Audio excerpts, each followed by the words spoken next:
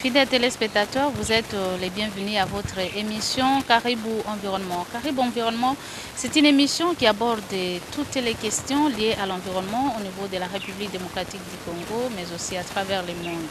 Nous parlons de la forêt, nous parlons de la gestion durable, la gouvernance, la pollution et j'en passe. Sur ce plateau, nous avons l'honneur de recevoir Adolphine Moulet, qui est la présidente de la dynamique des groupes des peuples autochtones au niveau de la République démocratique du Congo, mais également la coordinatrice nationale de l'Union pour l'émancipation de la femme autochtone. À son côté, nous avons Patrick Saïdi Emedi, qui est chargé de planification et de relations extérieures au niveau de la dynamique des groupes des peuples autochtones et DGPA en sigle. Fidèles téléspectateurs, nous allons parler aujourd'hui de la problématique et sur la participation des peuples autochtones dans la gestion des ressources naturelles au niveau de la RDC. Comment concevez-vous ces concepts de la gestion des ressources naturelles au niveau de la RDC? Merci Madame Néné pour cette énième invitation à cette émission que nous aimons tous, Caribou Environnement. Et merci une fois de plus pour cette question qui concerne la gestion de ressources naturelles et la question de savoir quelle est notre conception par rapport aux ressources naturelles en RDC, sans oublier que nous faisons partie d'un groupe de peuples autochtones. Et pour nous, quand nous parlons de la gestion des ressources, donc on voit plus particulièrement la forêt, qui est le milieu d'habitation des peuples autochtones, qui est la source au fait de la vie. Et comme vous le savez, la vie des peuples autochtones est étroitement liée à la forêt. Donc la gestion pour nous, c'est cette vie quotidienne en fait. La vie elle-même des peuples autochtones résume ce que signifie la gestion durable et rationnelle de ressources naturelles, quoi. Madame la Présidente, parce que Patrick a parlé de la vie, Patrick a parlé de la gestion quotidienne, de la vie quotidienne des peuples autochtones. Euh, cette vie-là se résume en quoi? Pour eux, la forêt est considérée comme quoi? Je pense, comme vient de dire mon collègue Patrick, en fait, pour les autochtones, la forêt, c'est leur vie. C'est leur vie, comme vous venez de le dire. Et parce que pour les autochtones, la forêt, c'est là où ils trouvent de quoi se nourrir. La forêt fait office de la pharmacopée des peuples autochtones. Et donc, sans la forêt, les peuples autochtones n'ont rien à manger. Hein. Sans la forêt, les peuples autochtones n'ont rien comme médicaments. Malgré qu'aujourd'hui, la situation de manque de terre pour les autochtones fait qu'aujourd'hui, les autochtones aussi doivent aller au centre de santé pour se faire soigner. Et avec cela, la pauvreté aussi ne facilite pas, parce qu'ils accèdent aussi même à ces soins de santé. Ça fait que manquer la forêt pour les autochtones, ça veut dire manquer de quoi se nourrir, ça veut dire manquer de quoi se faire soigner. Et c'est ça qui fait la vie de l'homme. Une autre question générale, on est que aujourd'hui, les questions forestières sont au débat. Sont vraiment un débat qui s'est fait au niveau national et international. Et il y a plusieurs réformes qui sont engagées au niveau du pays. Comment se résume la participation ou l'implication de ces peuples qui dépendent des forêts quant à toutes ces réformes? Bon, par rapport aux réformes en RDC, on doit dire qu'au début, ça n'a pas été facile de reconnaître l'implication et la participation des autochtones dans les réformes. Mais il faut dire que depuis un certain temps, le gouvernement a pris conscience avec ses partenaires bilatéraux qu'il faudrait impliquer les peuples autochtones, surtout dans la réforme forestière, du fait que tout le monde reconnaît quand même que les autochtones pygmées sont les premiers conservateurs, sont les premiers protecteurs de la forêt. et que tous les processus qui peuvent venir autour de la forêt, autour de la gestion des ressources naturelles, l'apport et la participation des peuples autochtones peut être capital du fait qu'ils ont protégé ça depuis des millénaires, et ce qui permet aujourd'hui qu'on puisse parler des ressources naturelles, qu'on puisse parler des forêts, que ce soit au niveau national qu'international. Mais je dirais qu'effectivement, le gouvernement a commencé à impliquer petit à petit. On doit les reconnaître, même si on veut que vraiment on puisse impliquer et qu'on nous laisse participer. Mais je dirais par exemple pendant la commission interministérielle de la conversion des titres forestiers en concession forestière, par le décret du président de la République, il a reconnu et il a dit qu'il fallait qu'il y ait la participation des peuples autochtones. Et donc, je crois avoir participé à la commission avec un collègue, frère de l'Équateur, le pasteur Jean-Pierre. Et aujourd'hui, je fais partie de la commission nationale RED avec notre ami Kapoupou qui est là pour les comptes des autochtones. Et il y a Agrien Sinafas qui est dans les task force. Hein? Il y a aussi notre ami Teddy qui est dans une autre commission. Et donc, concernant les zonages forestiers. Concernant les zonages forestiers, effectivement. Donc, je peux dire que les autochtones sont impliqués petit à petit, mais ça ne suffit pas encore. Parce que notre implication au niveau national doit avoir de l'impact au niveau provincial, parce que c'est là où se trouvent les autochtones. Il faut que ces autochtones au niveau de la base soient impliqués et comprennent. Donc il faut que le gouvernement arrive à trouver des mécanismes qui ne se limitent pas à notre participation au niveau de Kinshasa, mais il faut que les autochtones au niveau des provinces, au niveau des villages, puissent comprendre qu'effectivement, on est maintenant impliqué et on est en train de participer. Est-ce que cette question, ça dépend du gouvernement ou ça dépend de votre structure étant que dynamique pour faire comprendre maintenant au peuple autochtone sur le plan territorial, sur le plan provincial qu'il y a nos leaders qui participent dans ces différentes réformes et qui peuvent amener quand même de l'information au niveau de la base. Je ne crois pas que ça nécessite seulement le gouvernement congolais. Oui, nous les leaders, nous amenons les messages au niveau de la base. Mais tout dépend de la volonté aussi politique. Parce que même si nous amenons les informations de la base, mais tout aussi vient d'en haut. Alors, il faut que, comme je disais, il faut maintenant que les résolutions qui sont prises impliquent directement les communautés à la base. Parce qu'amener l'information, c'est une chose. Mais passer à la pratique de ce qui se dit, de ce qui se décide, avant de prendre des décisions, par exemple, est-ce que réellement on a donné le temps aux leaders, aux organisations autochtones d'aller sur le terrain? Est-ce que les autorités ont eu le temps, ou les experts du gouvernement ont eu le temps d'arriver là-bas pour recueillir aussi les informations de la base et tenir compte de leurs informations et tenir compte aussi de leur position par rapport à telle ou telle chose qui serait qui serait considérée par l'État. Alors, Patrick, la présidente a parlé de la CIM. Alors, une question, c'est que, est-ce que vous êtes informé, comment est-ce que les peuples autochtones ont participé sur terrain? Parce que la présidente a parlé, il faut maintenant que l'implication se fait au niveau de la base. Il y a eu des négociations, des clauses sociales. Avez-vous reçu de l'information ou alors pour attester effectivement que les peuples autochtones ont participé au niveau des concessions forestières dans les négociations sur la clause sociale? Ou ils n'ont pas? Il y a des cas? Ça, c'est une bonne question. Je dirais, est-ce que les peuples autochtones ont été impliqués dans la négociation des cahiers de charges ou le clause du cahier de charges?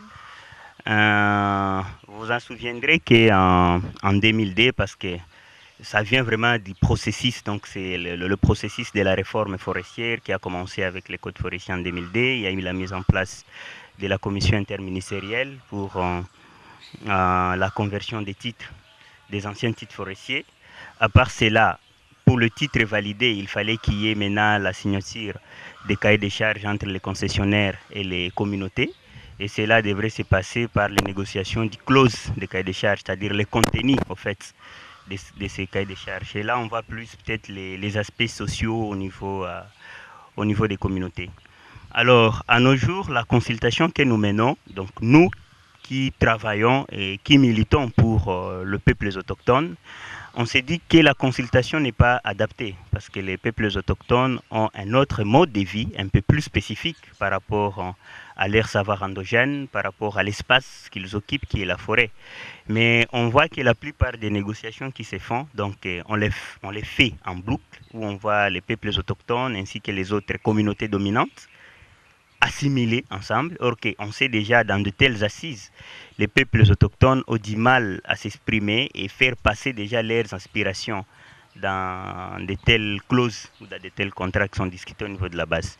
Mais on signale aussi des avancées, notamment il y a quelques organisations internationales comme WWF qui essaient un peu d'organiser déjà ce genre de consultations, ce genre de négociations entre les concessionnaires et les communautés, où on voit quand même un certain nombre d'organisations de la société civile qui prennent part suite à ces financements qui viennent de WWF. Et là, nous donnons quand même un coup de chapeau à Messempia, qui est là, qui travaille déjà au WWF comme consultant et qui favorise au fait cette implication des peuples autochtones ainsi que leurs organisations dans les négociations de ces clauses du cahier dans la négociation des clauses de cahiers de charges avec les concessionnaires. Ok, nous sommes en train de parler de la gestion, la participation des peuples autochtones dans la gestion des ressources naturelles au niveau de la République démocratique du Congo. La question est celle de savoir aujourd'hui comment cette participation s'est faite aussi au niveau du processus RED. Le RED, c'est la réduction des émissions dues à la déforestation et à la dégradation des forêts. Madame la Présidente a bien dit qu'elles sont dans la commission aussi interministérielle, aussi la commission nationale RED. Mais aujourd'hui, cette participation se résume en quoi? Seulement être dans la commission interministérielle ou la commission nationale RED, est-ce qu'il y a des actions concrètes dans ce cadre-là? Parce que il semble que les communautés attendent qu'il y ait des retombées sur le processus RED. Comment est-ce que vous vous êtes préparé? Comment est-ce que vous encadrez les communautés pour y participer effectivement? Comment est-ce que cette participation se résume dans le processus RED? Donc, Madame la Présidente a parlé tout à l'heure de cette participation au niveau national où on voit un certain nombre de leaders autochtones qui prennent part, que ce soit au niveau international dans les négociations, notamment avec M. Adriss Inafassi qui est dans les task force. On voit aussi cette participation des peuples autochtones dans les décisions, en fait, dans les décisions nationales d'orientation de ces processus. À travers ces deux délégués, il y a notamment Madame la présidente, donc Madame Adolphine, qui est dans le comité national RED. Il y a aussi Monsieur Kapoupou qui prennent part dans ces négociations. Donc on dirait au niveau national, il y a vraiment cette implication de leader. Mais est-ce que cela maintenant se traduit au niveau de la base où on doit voir réellement les peuples autochtones être impliqués? Et cette implication ne signifie pas seulement la participation dans des réunions. Donc cette participation ou cette implication signifie qu'il y a des besoins au niveau de la base et ces besoins sont traduits dans les processus en termes d'activité pour voir comment est-ce qu'on essaie un peu de changer les comportements au niveau de la base. Parce que le processus RED veut dire tout simplement changer les comportements qu'on a face à la forêt. Mais ces changements impliquent assez qu'il y ait des retombées. Ces changements impliquent assez qu'on puisse voir un développement réel au niveau de la communauté. Or que à la phase actuelle, c'est ce qui n'est pas encore là. Donc cela ne s'est pas encore matérialisé. Et nos interlocuteurs, qui est directement le gouvernement, donc l'autre partie prenante, bon, il te dit que le pays est très grand. On ne saura pas consulter tout le monde. tout comme on ne saura pas partir partout à la fois, parce que le pays est immense. Mais on s'est dit, ça, ce n'est pas une raison. Si le processus se veut être national, donc il faudra qu'il y ait l'implication de tout le monde. Et là, on parle de l'implication au niveau provincial, comme l'a dit Madame la Présidente, parce que la forêt n'est pas Kinshasa. Est-ce que ce n'est pas parce qu'il n'y a pas de moyens, ou il y a des moyens et il y a manque de la volonté? Bon, je ne sais pas si ce n'est pas parce qu'il n'y a pas le moyen, mais pour moi, je me dis peut-être on n'a pas encore compris d'où viendra les solutions exactes de ce processus. Parce que tant qu'on ne fait pas un travail robuste au niveau de la base, on peut bien préparer nos stratégies au niveau national. Moi, je me dis que ça n'aura pas de soubassement. Parce que le travail s'est fait au niveau de la base. La forêt est au niveau de la base. Ce n'est pas le ministre qui déforeste la forêt. Ce n'est pas les consultants et les différents experts qui sont à Kinshasa qui déforestent la forêt. S'il y a déforestation, c'est peut-être soit parce qu'il y a l'exploitation forestière au niveau de la base de la forêt. Si aujourd'hui on va indexer l'exploitation sylvobrylique, c'est ce qui est à la base de la déforestation, cette exploitation ou cette agriculture ne se fait pas à Kinshasa. L'agriculture, on les voit dans la forêt, au niveau de la base, dans nos villages et campements. À Kinshasa, on fait juste la synthèse de tous ces résultats pour les transformer en stratégie et voir quelle est notre proposition au niveau international et quelles sont les solutions que nous proposons au niveau international. Madame la Présidente. Bon, par rapport à l'implication des autochtones dans la question RAID, en fait, que ce soit au niveau national qu'international, je pense que on a déjà dit qu'il y a des avancées au niveau national. Il y a déjà la volonté d'impliquer les peuples autochtones et nous félicitons les gouvernements pour ça. Mais comme disait Patrick, il y a encore beaucoup à faire. Beaucoup à faire dans quel sens? Parce que quand on parle des RAID, hein, c'est la réduction des émissions dues à la déforestation et à la dégradation. Nous avons montré ici comment les autochtones ont été les premiers conservateurs, les protecteurs des forêts. Et si aujourd'hui on a accepté le concept autochtone pour les pygmées, ça veut dire que les autochtones, qui sont les premiers habitants de ces pays, hein? Mais il s'est fait que ces autochtones n'ont pas droit à la propriété. Hein? N'ont pas droit à la propriété. Et quand ils n'ont pas droit à la propriété, c'est difficile même qu'ils se sentent impliqués, c'est difficile même qu'ils puissent gagner des retombées du RAID. Et la question que nous avons aujourd'hui, et c'est un défi aussi pour le gouvernement, de reconnaître les droits de propriété pour les autochtones. Tant que ce n'est pas reconnu, ça veut dire que les autochtones ne peuvent pas se dire qu'ils sont impliqués, qu'ils sont participés. On pourrait être là, mais ça ne veut rien dire. Mais la Constitution aussi reconnaît les droits de citoyenneté à tous Congolais, y compris les autochtones. Oui, mais c'est une occasion pour y profiter. Oui, nous savons que la Constitution reconnaît la propriété pour tout citoyen. Hein? Pour tout citoyen congolais, comme les autochtones aussi, qui sont aussi des citoyens congolais.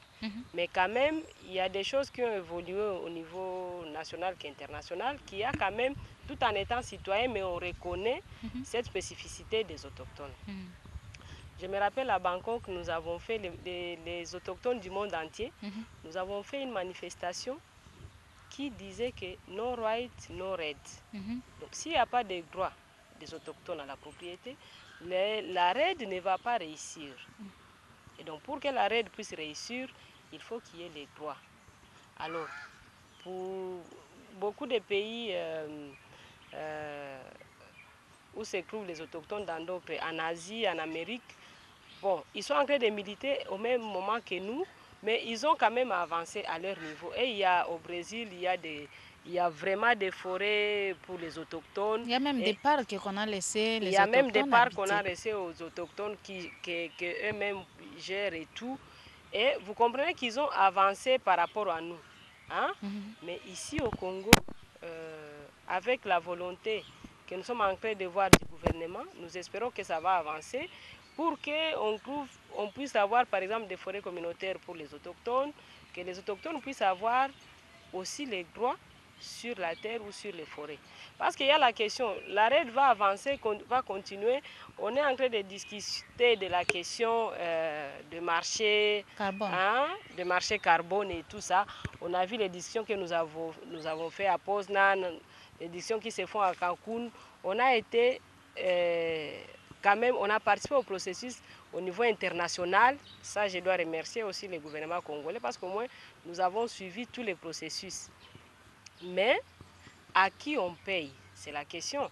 Parce qu'au niveau de Poznan, au niveau de Copenhague, oui, quand nous étions à Copenhague, on a dit, la question aussi c'est que si vous n'avez pas droit à la forêt, vous n'avez pas droit au paiement aussi. Des carbone, des services environnementaux aussi. Et c'est là où vous avez vu que ce soit les organisations nationales qu'internationales qui militent pour les droits des peuples autochtones et communautés locales.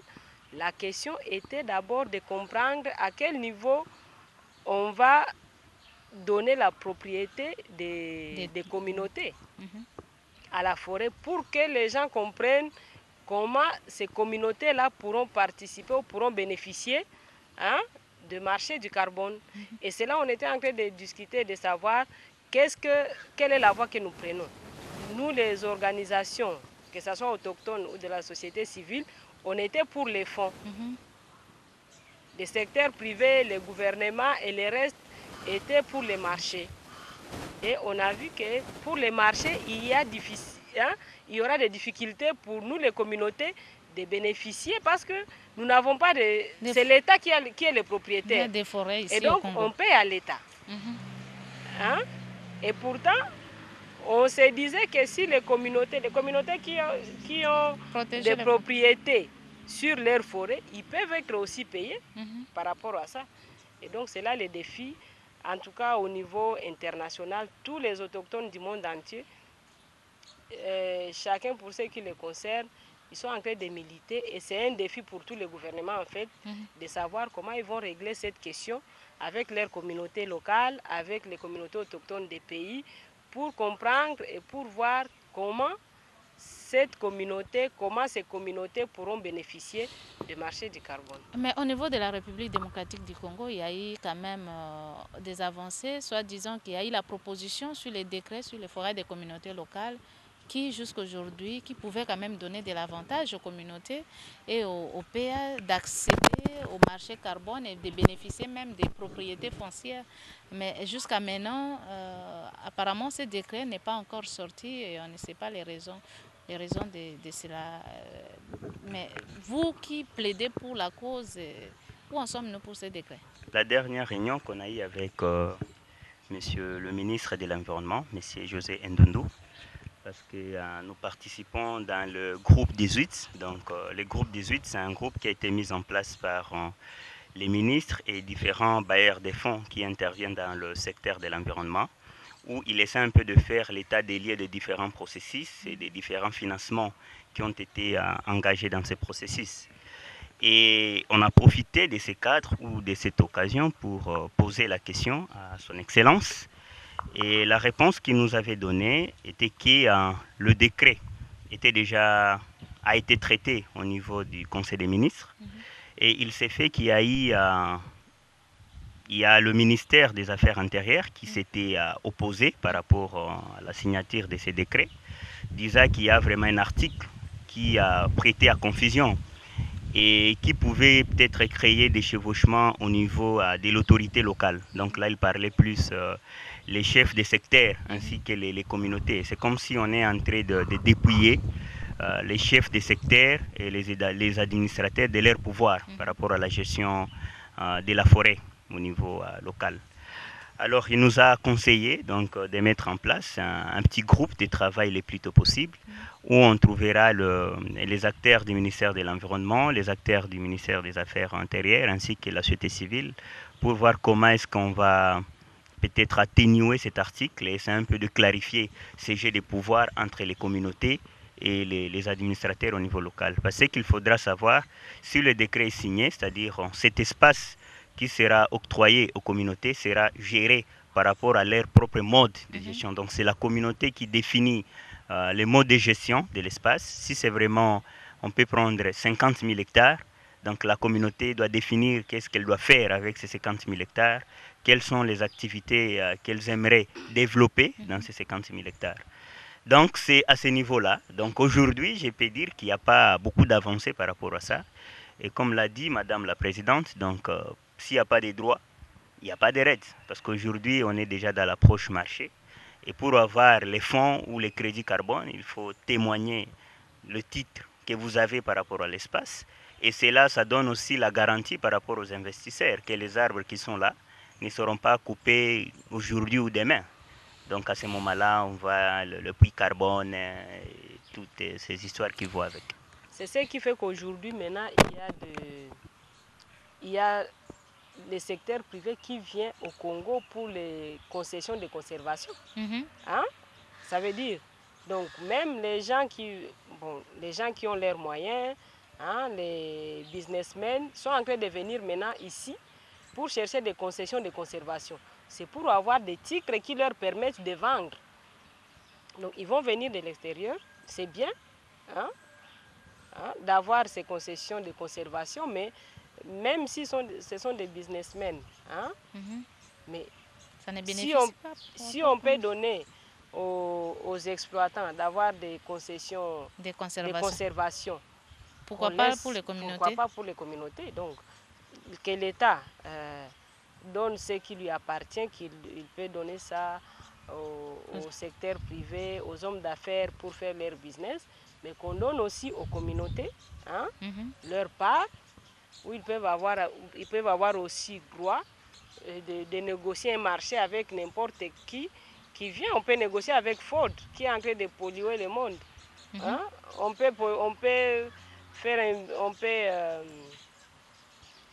peut négocier un marché avec Mercedes. Ils sont en train de négocier, ils sont en train de polluer. Hein? Et plusieurs autres qui sont en train de polluer qui sont là.